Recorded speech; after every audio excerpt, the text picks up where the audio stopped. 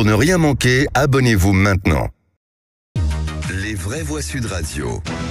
Vos mots du jour, Félix Mathieu, arrêt, océan et nanisme. Des arrêts maladie retoqués chez les policiers. Le préfet de police de Paris dénonce leur augmentation importante et inhabituelle suite au mouvement de colère contre l'incarcération de l'agent marseillais auteur du tir sur le jeune Eddy à Marseille. Les océans battent un nouveau record mondial de température en surface, 20 degrés 96 selon l'Observatoire européen Copernicus. Le précédent record datait de 2016, 20 degrés 95. Et puis il était interdit en Espagne au nom de la dignité humaine, un spectacle de nains toreros autorisé en France. Débat juridique complexe puisque les nains en question étaient d'accord et volontaires pour se mettre en scène. Les vraies voix Sud Radio. Ils n'ont pas le droit de faire grève, mais ils s'étaient mis en service minimum suite à l'incarcération de leur collègue marseillais, auteur du tir de LBD sur le jeune Eddy. Des policiers en arrêt maladie, d'autres avaient dégainé le code 562. Ils n'accomplissaient que les tâches urgentes et essentielles. Grève du zèle. Sauf que voilà, dans une note interne, le préfet de police de Paris indique aujourd'hui qu'il va refuser certains arrêts maladie. La hausse importante et inhabituelle de ces arrêts porte atteinte à la continuité du service public de la sécurité, écrit Laurent Nunez. En tout cas, la semaine dernière, Bruno Bartosetti, le responsable du syndicat de police Alliance pour la région Sud, s'agaçait dans les vraies voix sur Sud Radio de ce chiffre qui tournait d'1 millier d'arrêts maladie dans les Bouches-du-Rhône. Personne ne peut vous dire combien il y a d'arrêts maladie. Je ne sais pas sur quoi vous appuyez pour dire qu'il y a 1000 arrêts. Nous ne sommes pas derrière les arrêts maladie. Nous, notre mot d'ordre, c'est le 562. C'est-à-dire qu'on ne travaillera plus sur initiative. En revanche, on va continuer à répondre aux services publics, aux appels au secours, aux victimes qui ont besoin de nous. À partir du moment où on considère que les refus d'obtempérer, c'est le policier qui a envie de tuer, nous allons éviter les contrôles routiers. Nous allons éviter d'aller dans les endroits sensibles puisqu'on nous taxe de contrôle aux faciès. Bien, tout ceci va répondre à cette minorité quand même de Français qui s'élèvent contre le travail de la justice, et les mêmes, je peux vous garantir les mêmes, maintenant nous chargent en disant « Ah oui, mais vous comprenez, les policiers ne sont plus présents pour répondre aux services publics ». Alors concrètement, les agents concernés pourront avoir des retenues sur salaire pour les jours d'absence concernés. Pas de chiffres précis, mais pour avoir un ordre d'idée, il y a eu 40% d'arrêts maladie en plus lundi de la semaine dernière que le lundi suivant. Toute cessation concertée du service ou tout acte collectif d'indiscipline caractérisé peut être sanctionné, ajoute Laurent Nunez. Le préfet de police de Paris ajoute que les fonctionnaires concernés par ces refus auront toutefois la possibilité d'établir la réalité du motif médical ayant justifié leur absence. Deuxième mot, les océans viennent de battre un nouveau record mondial de température, Félix. 20,96 degrés en surface selon les données de l'Observatoire européen Copernicus. Le précédent record était de 20 degrés 95 en mars 2016. Ces données concernent les océans entre les 60e parallèles nord et sud, c'est-à-dire les océans en dehors des régions polaires. Les océans qui absorbent 90% de l'excès de chaleur du système terrestre provoqué par l'activité humaine. Une réalité qui a bien du mal à s'imposer dans les esprits, déplore Patrick Marlière, météorologue et directeur d'Agathe Météo. On a beau le dire et le répéter à corps et à cri, ça ne bouge pas. Il faudrait être encore de façon plus importante, réagir pour essayer de revenir vers un climat plus normal. Mais ça va prendre du temps. On le sait. Ne serait-ce que revégétaliser les villes, c'est un objectif important. Mais pour y arriver, on sait que ça se fait à grand coût d'argent et ce ne sont que les politiques qui maîtrisent ces dépenses au niveau national qui peuvent y arriver progressivement. Pour l'instant, il faudrait revégétaliser pratiquement 80% du territoire urbain. On en fait 1% par an. C'est pas gagné, pour y arriver rapidement. Mais c'est vrai que dès qu'on annonce, comme là, on vient d'annoncer qu'il va aller faire chaud dans la deuxième quinzaine du mois d'août, les commentaires sur les réseaux sociaux, les gens vont nous dire, oui, c'est l'été, Donc, on est habitué à se voir ce genre de commentaires. Patrick Marlière d'Agathe Météo, au micro de Thierry Stenner tout à l'heure sur Sud Radio. La semaine dernière, c'est l'Atlantique Nord qui avait battu son record moyen de 24 degrés 9 à la surface. Idem quelques jours plus tôt pour la Méditerranée, avec 28,71 degrés pour ce qu'est la Méditerranée. Ça inspire nos vraies voix, Judith. Raphaël, c'est bien quand le micro est ouvert. Raphaël Rémy Leleu. Oui, je ne sais pas pourquoi il était fermé, votre micro. Parce que j'ai toussé, je ne voulais pas faire mal aux oreilles de mes auditeurs. Bon, les océans. Voilà. Raphaël Rémy Leleu, je ne sais pas si vous avez vu le film Don't Look Up, c'est ce film qui est sorti il y a quelques temps avec Leonardo DiCaprio, où en fait il y a une comète qui arrive droit sur la Terre et où finalement tout le monde continuait à s'amuser sur les réseaux et à remettre en question l'arrivée de cette comète alors que finalement ils finissent tous par exploser. C'est un peu à ça que ça fait penser, c'est-à-dire que quand on entend que 80% du territoire urbain devrait être reverduré, enfin végétalisé, merci, alors qu'il y en a qu'1% qui est fait par an. On se dit que finalement on va droit dans le mur et que c'est compliqué de voir l'issue, quoi.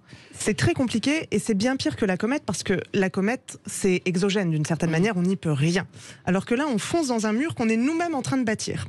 Et quand les écologistes disent attention, là par exemple, il faut réduire la consommation de viande, ou attention, il faut végétaliser, attention, il faut réduire la place de la voiture en ville, c'est extrêmement difficile. On en prend plein la figure, si vous me permettez, et c'est compliqué vraiment d'expliquer aux gens que on n'a pas envie d'affronter cette vérité. On se dit c'est trop dur, c'est trop triste, ça implique trop de changements dans notre quotidien et il faut un courage politique énorme pour réussir à faire ça, mais nous n'avons pas le choix. Et ce qui est très intéressant dans ce que vous avez raconté, c'est cette difficulté supplémentaire à laquelle on a été confronté cet été, c'est le paradoxe de l'habitude. Finalement, cet été, les gens sont mis à remettre en cause le réchauffement climatique parce qu'après 2, 3, 4 étés de canicule, on s'est dit, non, il n'y a pas de canicule aujourd'hui à Paris ou dans le nord de la France. C'est que finalement, on nous a raconté des foutaises. Météo et climat, c'est très différent. On le voit bien sur cet été qui est le plus chaud que la Terre ait connu. Et ça nous pousse à agir d'autant plus fort. Alors, sur les océans, Jérémy Stubbs, il y a aussi le fait, j'ai l'impression, moi, que l'océan, ça devient une vaste déchetterie où tout le monde jette tout et n'importe quoi aussi. Ça, c'est affolant. Oui, mais depuis longtemps. Et il y a eu déjà de grandes campagnes, notamment outre-Manche, pour essayer de récupérer tout le plastique qui se trouve dans l'océan. Il y a un continent quand même. Voilà. Justement, le plastique, on le savait depuis longtemps, le plastique était irrécupérable. Et d'ailleurs, on peut se demander si on utilise moins de plastique aujourd'hui. Je ne le crois pas tout à fait, même si on a réduit les sacs plastiques. Ma conscience est très tranquille parce que j'ai un sac en papier pour faire les courses. Bravo Jérémy. En tout cas, on en profite. Message, s'il vous plaît, vous êtes au bord de l'eau, vous êtes en vacances, les sacs plastiques, vous les gardez pour vous, vous les mettez dans les poubelles, mais pas dans l'eau. Et vous pouvez les réutiliser. Ou vous les réutilisez. Au 0826 300 300 si vous voulez réagir. Jean-Marc Governatori, finalement, l'humanité est-ce qu'on peut dire qu'elle court à sa perte, que ça soit justement sur ce réchauffement des océans ou sur cette prise de conscience qui tarde à arriver? Si on ne modifie pas le logiciel, effectivement, on est mal barré. Ce qu'il faudrait, ce sont des gouvernements écologistes que nous n'avons pas. Et Jérémy parlait du plastique, effectivement, il y a un 6e continent qui fait 1 600 000 km², l'équivalent de l'Espagne, l'Allemagne et la France, qui n'est que du plastique et qui symbolise nos égarements et nos errements. Et enfin, en matière d'océan, je voulais préciser qu'il existe un courant sous-marin qui s'appelle le Gulf Stream, qui, s'il était détourné à cause de la fonte des glaciers qui ont lieu chaque jour, on pourrait assister incroyablement à une glaciation de l'Europe en plein réchauffement climatique. Parce que c'est la norme du Gulf Stream qui fait que le climat évolue mal, mais pas si mal que ça, bien que ça aille mal, parce qu'en matière de glaciation, c'est le Gulf Stream qui décide ce qui va se passer. Et on pourrait se retrouver, comme il y avait 1000 ans, une Europe couverte de glace. Eh ben dis donc.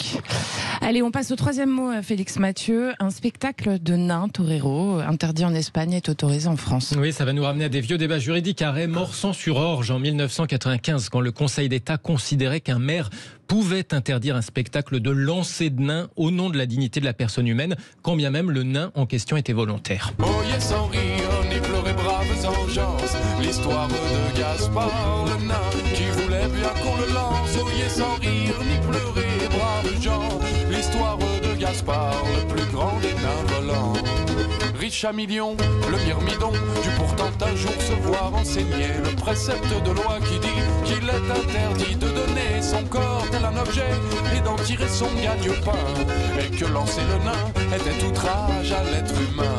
Cette fois donc, une troupe espagnole de nains toreros a présenté hier soir un spectacle comico-taurin sans violence sur l'animal, pas comme ce que chantait Alexia HK dans cette chanson. Sauf que ce type de représentation est interdit depuis fin avril en Espagne. Selon le Parlement espagnol, ces spectacles présentent des personnes atteintes d'infirmité pour susciter la moquerie, le ridicule ou la dérision du public. Mais dans le village de Tétieux, dans les Nouvelle-Zélande, la représentation a fait le plein dans les arènes de 650 places, les toreros comico, et même débat que pour le lancer de nain à l'époque en 95, les premiers concernés sont furieux qu'on veuille interdire leur spectacle alors qu'ils sont d'accord. Les privés de leur travail, c'est ça la discrimination, plaide d'ailleurs le mandataire de la troupe en France. Ça a même été évoqué pour l'émission Fort Boyard d'ailleurs, où les acteurs qui sont de petite taille et qui sont à l'antenne ont dit j'espère qu'on ne va pas nous priver de notre travail. Ouais. C'est un vaste débat, débat. Merci Félix Mathieu.